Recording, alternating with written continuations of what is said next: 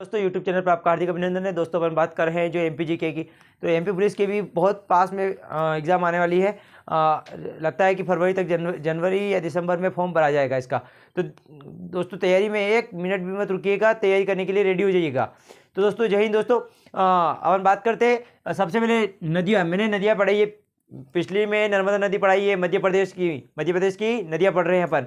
तो मैंने एक नदी पढ़ा दी है पहले, जो सबसे बड़ी नदी है नर्मदा नदी। अगर कोई डाउट हो तो मेरे को वापस कमेंट में जरूर बताइएगा। लेकिन उसके बाद सेकंड नदी की बात करते हैं तो अपन कौन सी नदी है, चंबल नदी। अब चंबल नदी का नाम चंबल नदी क्यों पड़ा? यूपीएससी पीएससी ऐसी एग्जाम है तो ये अवश्य पूछा जाता है। एमपीपीएससी ऐसी एग्जामों में अवश्य पूछा जाता है कि जो मौखिक परीक्षा होती है उसमें पूछा जाता है। तो देखना आप, चंबल नदी नी भी पूछा जाए कोई तकलीफ थोड़ी है, अपने को पता होना चाहिए ना चंबल नदी किसे कहते हैं वास्तविक में। तो चंबल नदी किसे कहते हैं देखिएगा, महाभारत में कहा गया है। अब महाभारत में चले गए अपन, सर नदियाँ पढ़ रहे थे अपन, महाभारत कहाँ से आ गई? नहीं, पहले महाभारत की बात करते हैं। तो देखना आप, महाभारत में कहा गया है कि राजा रतिदेव थे। कौन थे?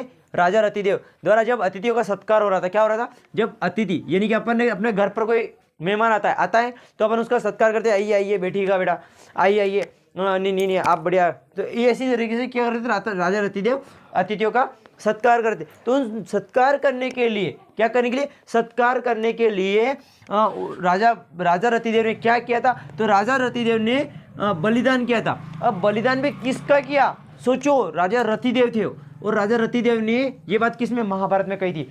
तो राजा रतिदेव ने किसका काय का बलिदान दिया?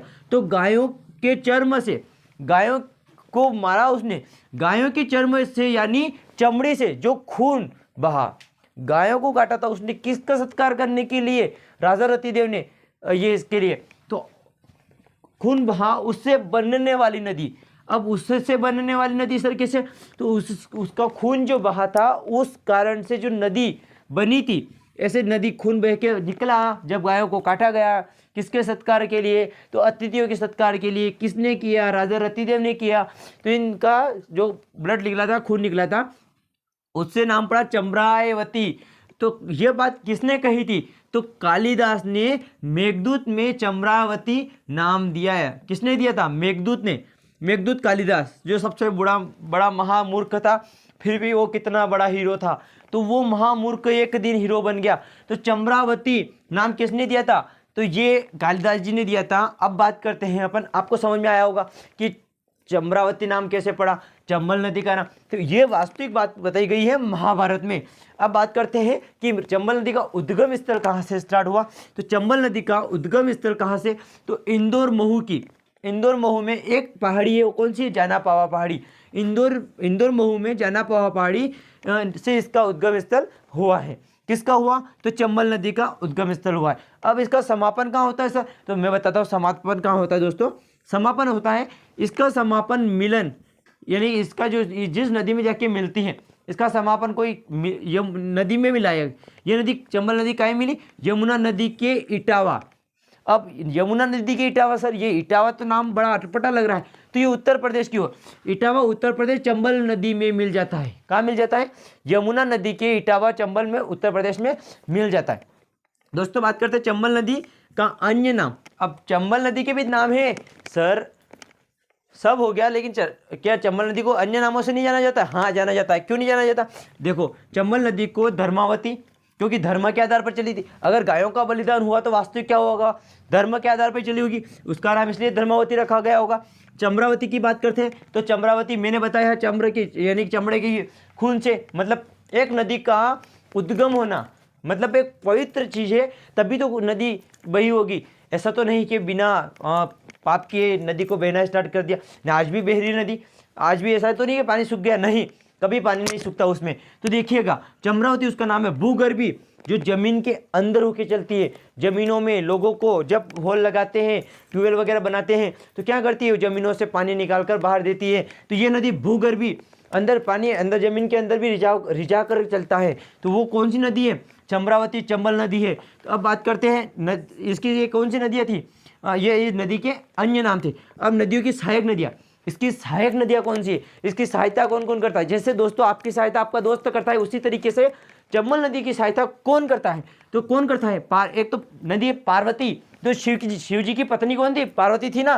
तो बताया गया है, वास्तविक बात है। महाभारत में किसने? राजा रतिदेव ने। महाभारत की बात आई, अब इतने देवताओं की बात आ रही, तो वास्तविक इसमें खुद ने खुश होगा। तो पार्वती, काली सिंध भी बड़ा एक, सर्च करना कभी भी देखना आप, काली सिंध के बारे में इतनी चीज़ें मिलेगी। सिंध शिप्रा की बात करते हैं, सिंध शिप्रा, ये भी बहुत खतरनाक जैसे शिप्रा नदी भी एक महान नदी है। अब बात करते हैं परियोजनाओं की, कौन कौन सी परियोजना बनाती है? तो गांधी सागर परियोजना, बांध जो आपने देखा होगा मंदसौर में, कहाँ? ये हमारा मंदसौर, ये पास में वाला मंदसौर।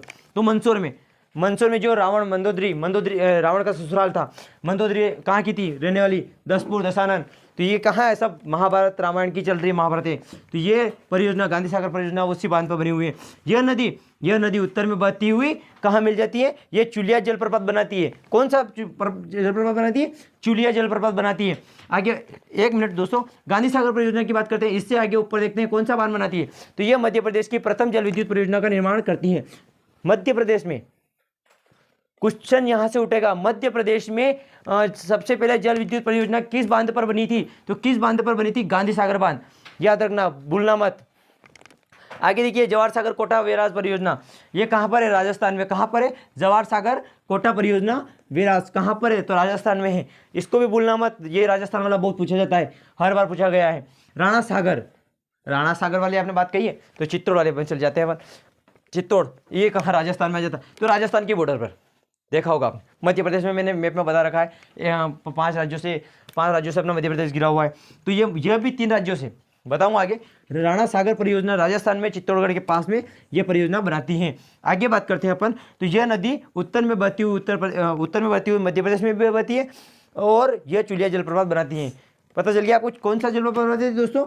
चुलिया जलप्रपात। कौन सा दोस्तों? कौन सा याद रखना, भूलना मत, ये बहुत एग्जाम में पूछा गया। कौन सा? तो चुलिया जलप्रपात। आगे बात करते हैं, यह कितने शहरों से होकर निकलती हैं? पहला रतलाम जो मंदसौर के पास, महू ये भी ज़्यादा दूर नहीं, श्योमपुर, मुरैना। यह नदी तीव्र राज्यों से होकर बहती हैं। 3 राज्यों से, तीव्र मतलब 3 राज्यों से। अब 3 राज्य कौन कौन से? एक तो मध्य प्रदेश हो गया, एक राजस्थान हो गया, एक उत्तर प्रदेश हो गया। तो ये 3 राज्य, तो 3 राज्यों से होकर कौन सी नदी बहती है दोस्तों? तो चंबल नदी बहती है। तो दोस्तों आपको, मेरे को लगता है जहाँ तक बहुत बढ़िया समझ में आया होगा।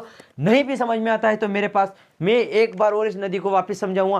कैसे समझाऊंगा? आज मैंने इसको ऐसे लिख कर समझा है, अब मैं इसका एक पूरा मैप बनाकर आपको मैप रीडिंग के द्वारा समझाऊंगा। अब मैपिंग कैसे करते हैं, इसकी नदी कहाँ से निकली, कौन सी नदी इसमें मिल रही है, ये नदियाँ किधर से आ रही है, ये कौन कौन से ज़िले हैं, इन किन किन ज़िलों से कैसे होकर निकल रही है, किन राज्यों तक कहाँ तक पहुँचती है। ये जैसे बताया था मैंने अभी आपको कि जैसे ये यमुना नदी मिल रही थी, यमुना नदी किस साइड आ गई होगी? गंगा नदी और यमुना नदी पास में ही उत्तर प्रदेश की ओर है। तो ये दोस्तों आपने को समझ में आएगा। एक ये याद रखना, इटावा उत्तर प्रदेश। ये क्वेश्चन में 100%, मैं कह रहा हूँ 100% पूछा गया है।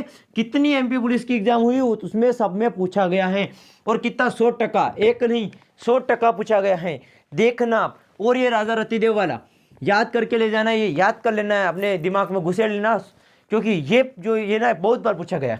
और कोई चीज़ बताता नहीं, इतने अंदर कंफ्यूज में जाता नहीं है। ये मैं इसलिए बता रहा हूँ, यूपीएससी, पीएससी, एमपीपीएससी इनके हिसाब से तैयारी करवा रहा हूँ। तो दोस्तों इसको है ना आप ज़रूर देखिएगा, पढ़िएगा, और कमेंट, लाइक, शेयर ज़रूर कीजिएगा। दोस्तों अगर प्रॉब्लम आती है तो मेरा मोबाइल नंबर लिख लीजिएगा 8435742405। अगर प्रॉब्लम आती है तो मेरे को ज़रूर कॉल कीजिएगा। जय हिंद दोस्तों, मिलते हैं अगले वीडियो में।